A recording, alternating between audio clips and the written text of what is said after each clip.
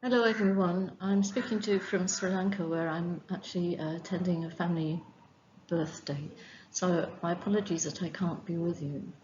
I have however put together a summary of all the responses which you kindly made to our additional questions, so a big thank you to those of you who responded. So, just to remind you of the background, for our last meeting, we conducted a quantitative survey into motivations. And then we had a lot of discussion at the last meeting about it. And it was obvious that this was an issue that needed further exploration, helped not least by, of course, Norman's first draft of what motivation looked like. Based on that, we asked you to respond this time in a narrative way to 4 questions. First of all, what are you doing and why are you doing it? Then looking at the motivational challenges and what, if anything, has been demotivating for you.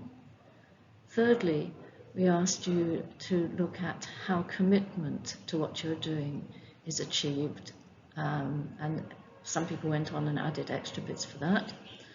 And the 4th question was, how do you deal with the gap between the enormity of the challenge of trying to help when we feel that we are so small and the gap is just too great for us to deal with. So this presentation summarises the emergent themes from the 9 returns that we received, plus any salient points that came up during the discussion in last month's Zoom meeting. That meeting, if any of you want to review it, is available on the link here. So first of all, the first question asked, what are you doing and what is causing you to do it? I've divided the responses here into 2 parts, so this slide looks specifically at what is causing you to do it. There were some broad categories which are somewhat artificial. They're a little bit contrived and they are slightly iterative, as you'll see, but I think they help us understand more or less what's happening. The first theme is a perceived need or a gap or a change that is required. And here you have some typical responses. I saw and felt that there was a gap in relation to staff development workshops. Much of the language and action around sustainability can be negative, and so on. The second theme was to do with values, beliefs, and ethical issues, having a sense of guilt for not doing something, responsibility, caring about things, believing that aspirations can come true. The third theme was indirectly to do with self-actualization. I do it for myself. I've interpreted that as wanting to feel good. Then one person has talked about her role as being a grandmother for the first time, which has prompted her to think about the legacy that she is leaving for her children and grandchildren. And then the 4th theme was to do with relations. We're doing it with others and for others, so a slightly altruistic reason here. The second part of question 2 was, what is causing you to do it? So some responses actually explained the methods that they're using to go about. So drawing on or developing existing frameworks or skills.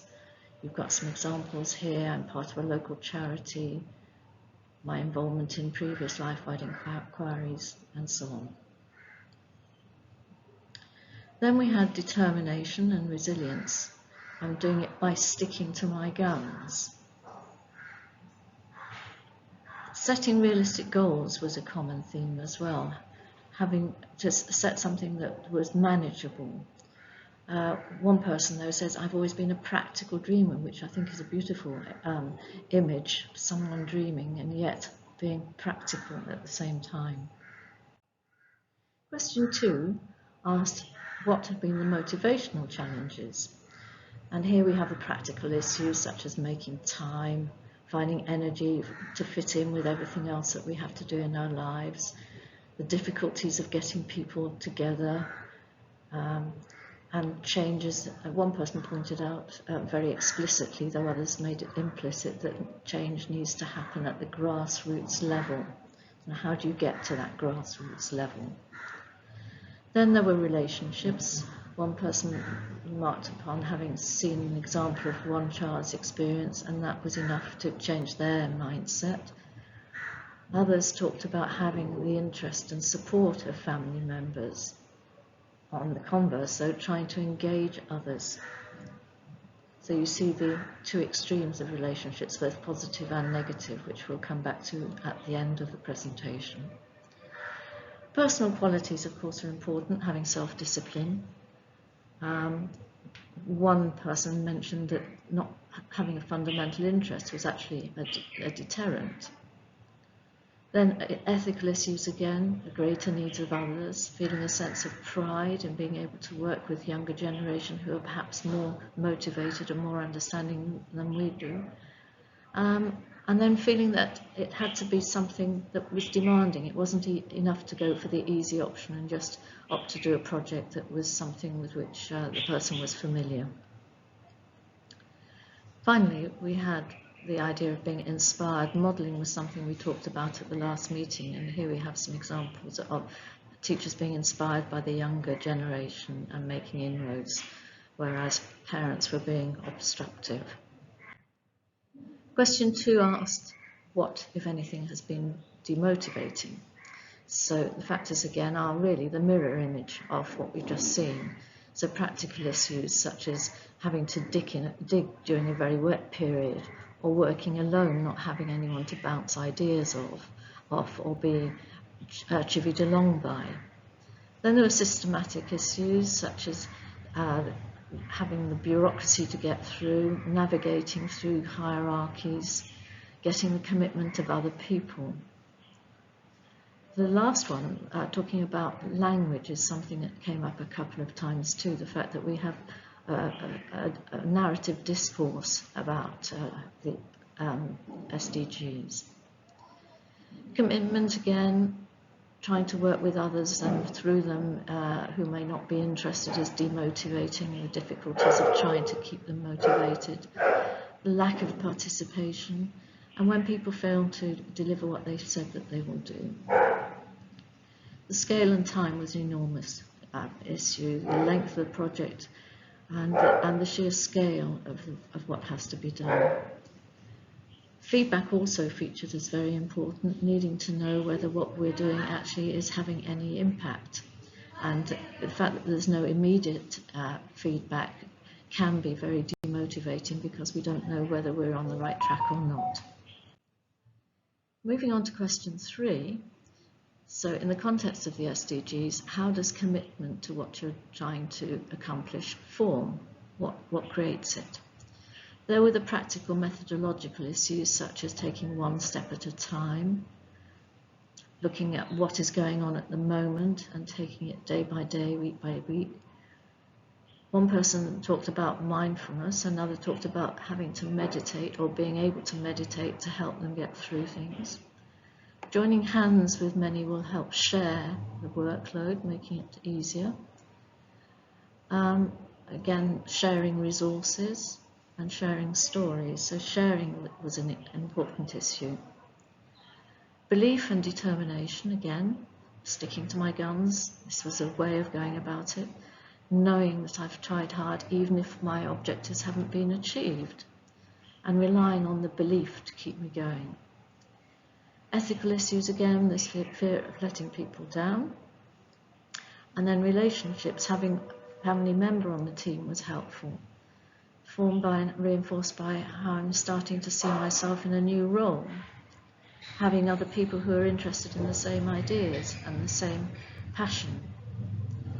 Modelling, which I mentioned a few moments ago, being fueled by what I read and see and hear and being able to imitate or develop other people's ideas. And then finally, recognition, which is this feedback issue in reverse really, needing to be recognised either intrinsically by feeling that you've been successful or external recognition, for example, in obtaining funding. Question 4, how do you deal with the gap between the enormity of the challenge and how does the scale of the challenge affect your motivation? Here we had positive attitude was very important, remembering that actions can be contagious and that they can have an impact, a sort of snowballing effect, if you like. Recognizing that news is often manipulated and therefore we only see the extremes, not the reality, and maybe the less sizable but nevertheless important actions that are taking place. Thinking that we're being exposed to negative aspects of language again, this negative discourse. And the scale, one person said the scale might be more off-putting than the potential to overcome it, which is a positive reminder to us all. Belief in the cause, so fundamental to motivation is believing that what you're doing is worthwhile, thinking of the legacy potential of what we're doing, and that we could be sowing seeds as well as another form of legacy. Then practice, so when I connect what I'm doing with my everyday life, I can reduce something that's enormous to something manageable. So these are the practical steps of going about it. We're working on a smaller scale, and perhaps because we're on that smaller scale, this person suggested, there's no need to be aggressive and crazy in the way we interact with each other. One person actually summed up all the issues very neatly by saying, the role of modelling, the impact of an attitude, the power of our actions over our words, reminds me we are doing what we are doing, why I keep going, trying, despite the overwhelming size of the problem, motivated to do my bit, hoping to achieve a planet through little personal bits which are contagious, encouraging others to join. So those were a summary of the key points. If we now look at what we have learned from this, Norman posited a continuum from inaction to action. And his initial model was, as you can see here, on the left-hand side, we've got rejection because of inaction leading to because of ignorance and ambivalence relating to or resulting in rejection. The factors that can be either positive or negative in their impact, leading here to action, from limited to committed, through activism to extremism. And he proposed that the positive factors were perception of a need or gap and belief in interest. Well, here you can see that was something that was raised in our feedback. The opportunity for self-actualization wasn't mentioned, but ethical values, altruistic values, love, guilt, responsibility were. Partnerships, the practical methodological, was not part of the model, so I'll come back to that shortly.